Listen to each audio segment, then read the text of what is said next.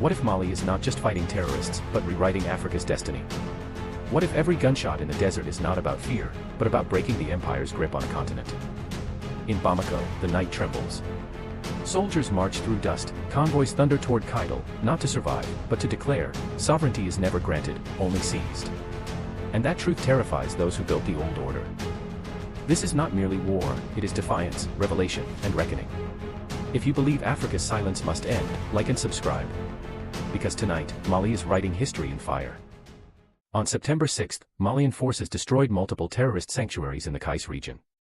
The very next day, airstrikes thundered over the desert, breaking armed groups that once claimed invincibility. And while headlines remained silent, over 100 trucks, loaded with fuel, rice, and medicine, rolled under FAMa escort into Kidal. A lifeline carved through fire, a road once haunted now reclaimed. Along National Road 3, soldiers intercepted bandits, seizing weapons and restoring the people's trust. For 5 days, convoys defied ambushes, and yet, they arrived. These are not just operations. They are declarations. But the real question remains, can Mali hold this line, when enemies in the shadows and powers abroad both conspire to break it? The answer lies ahead. They called it Operation Dugukoloko. To outsiders, just another military campaign. Ils n'allaient jamais le faire. Mali, Comme le disent les Bambara, c'est là qu'ils Defiance. sont tombés du dos de leur The maman. strike that does not miss. It was not born in air-conditioned war rooms or dictated by foreign advisors. It was carved from the dust, sweat, and blood of soldiers who refused to accept that their country must remain hostage to chaos. The hook of Dugukoloko was simple, brutal, and audacious, to cover the entire territory at once. Not piece by piece, not in endless defensive retreats, but with a coordinated strike that sent patrols, convoys, and air power across the map in unison. The doctrine was clear: deny the enemy space, deny them sanctuary, deny them time. This was not just a military maneuver. It was a rewriting of the rules that terrorists had relied on for years. In the Kais region, sanctuaries burned. In Gao, convoys moved without being shattered. In Kidal, a city that had lived under the shadow of ambush, markets opened again, food arrived. Fuel prices fell. Ordinary life, fragile, imperfect, began to creep back. Each small act of normality was, in truth, a victory louder than gunfire. But victory in Mali never comes cheaply. For every road reclaimed, another lay in ruins. For every bandit captured, 2 more plotted in the bush. Terrorists adapted quickly, using motorbikes to evade checkpoints, blending with herders. Striking not in open battles but in ambushes that targeted soldiers and civilians alike. They studied the army's rhythm and sought to break it. This is the tension of Mali's war: the faster the army rises, the more desperate the enemy becomes. A convoy of 100 trucks may reach Kidal, but in its wake lie burnt-out husks of vehicles ambushed months earlier. A patrol on National Road May 3 bring relief. But the memory of roadside bombs lingers. Even as families gather for mall-out in safety, whispers remind them that shadows still stalk the highways. And yet, the soldiers march. Their strategy, territorial coverage, requires relentless pressure. Villages must be visited, roads cleared, checkpoints held, even at the cost of exhaustion. It is a war of presence. A war of endurance. Every patrol is not just a mission, it is a message: we are here, and we will remain. Still, what makes Dugukoloko extraordinary is not only the soldiers' endurance. It is the silent alliance between army and people.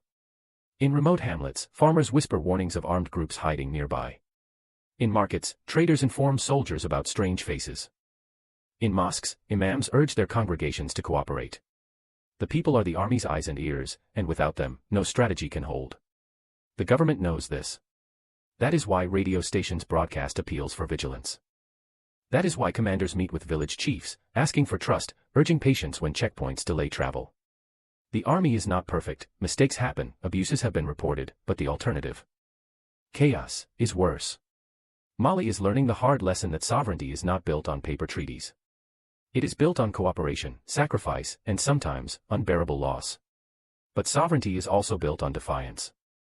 International media wage their own campaign, painting Mali's struggle as futile, its army as incompetent, its leaders as illegitimate. Reports of victories are dismissed, failures amplified. This is not an accident. It is part of the war. And the Malian people know it. That is why soldiers record their convoys, why citizens post videos of supply trucks arriving, why communities cheer at the sight of uniforms once feared.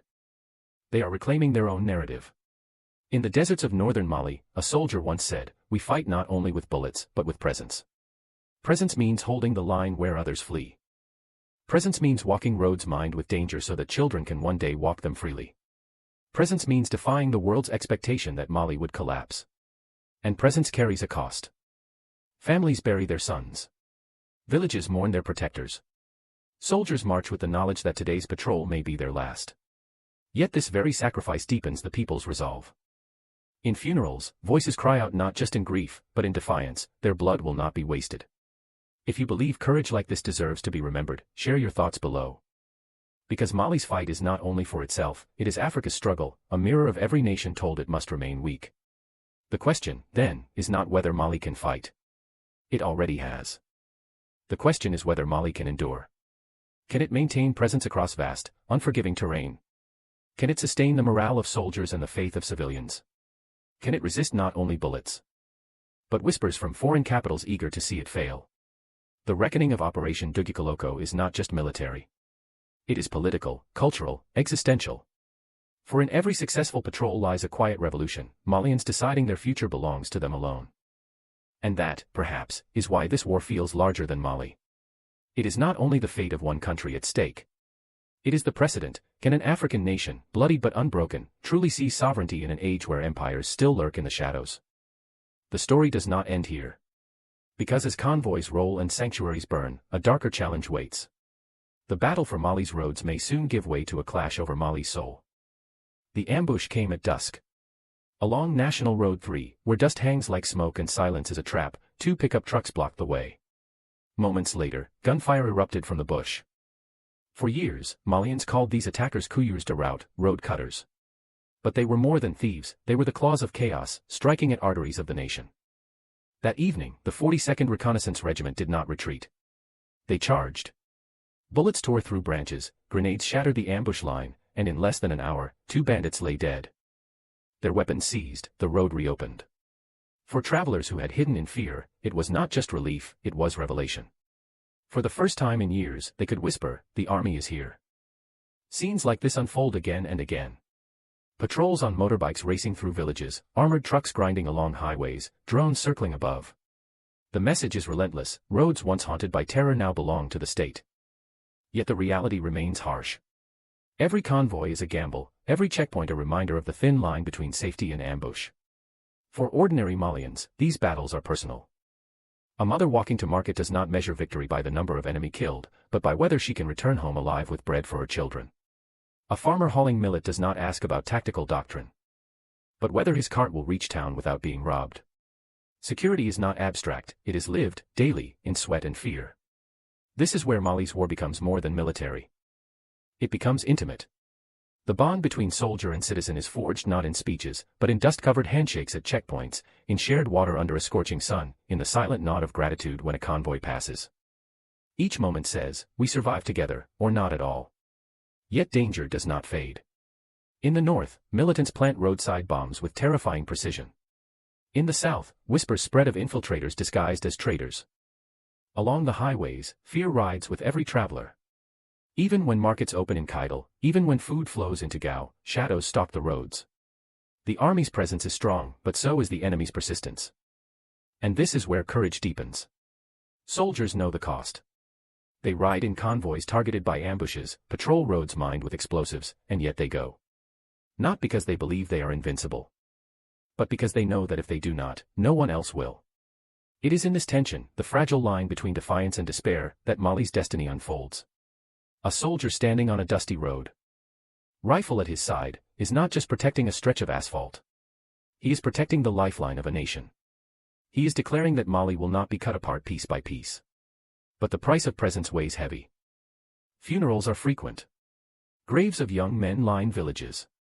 Each burial is both a wound and a vow that their sacrifice will not be in vain. Communities gather not just to mourn, but to proclaim that their blood cements the nation's path forward. Here lies the drama that foreign reports never capture. They count casualties, but they miss the meaning. For Malians, each soldier lost is not just a statistic, it is a reminder that freedom is always bought, never gifted. If you believe courage like this deserves more than silence, share your thoughts. Because these roads, these convoys, these sacrifices, echo far beyond Mali. They speak to every African nation told it must bow to chaos or depend on foreign protection. Still, the question lingers. Can Mali hold?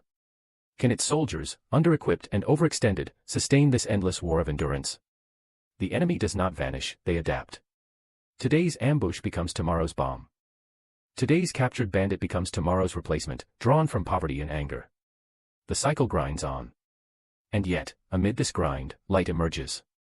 In Nyoro, villagers greet patrols with water and cheers.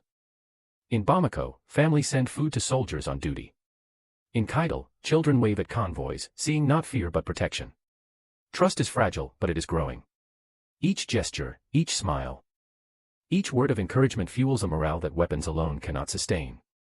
Mali's leaders know that morale is as vital as ammunition. That is why they celebrate every convoy that arrives. Every market reopened, every road cleared.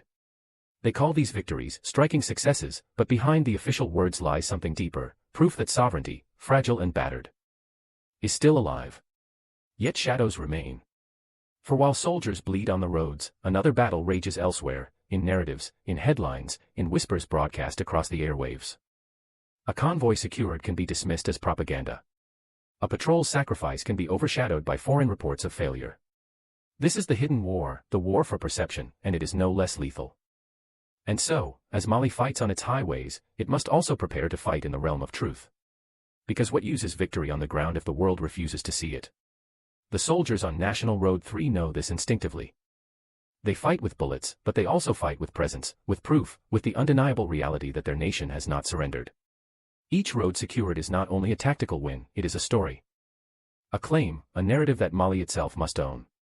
The ambush at dusk was just one moment. There will be others, darker, bloodier, harder to endure. But Mali has chosen its path. It has declared, through sweat and sacrifice, that sovereignty is not a slogan. It is a road cleared, a convoy delivered, a life saved. And this choice carries Mali into the next chapter. For beyond the highways and the firefights lies a battlefield less visible, more insidious, the war of information, where truth itself becomes the target. That battle, too, will decide Mali's future. They say armies march on weapons and discipline. But in Mali, the truth is sharper, armies march on trust. Without the people, every strategy collapses.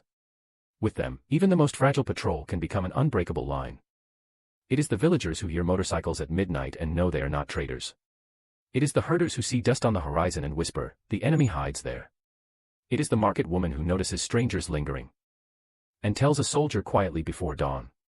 In a land where the desert conceals everything, the people themselves are the radar, the early warning system, the difference between ambush and survival. Malian commanders have come to recognize this.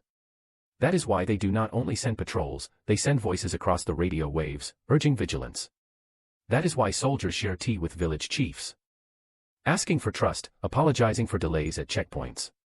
It is why imams in mosques preach not only about faith, but about cooperation, reminding believers that silence in the face of terror is complicity. The war is no longer fought only with bullets. It is fought with whispers, with nods, with courage passed from citizen to soldier. And this silent alliance terrifies the enemy. For every sanctuary destroyed by firepower, 10 more are dismantled by information. When a villager points to a hidden cache, when a child warns of a roadside bomb, when a farmer explains who passed through the bush the night before, the advantage shifts. Terrorists thrive in silence. Break the silence, and their empire collapses. But if information is power, then perception is the battlefield. Here, Mali faces an adversary no less dangerous than gunmen in the desert, the war of narratives. Foreign outlets publish headlines dripping with disdain. Reports of success are branded propaganda. Images of convoys reaching Kidal are dismissed as staged.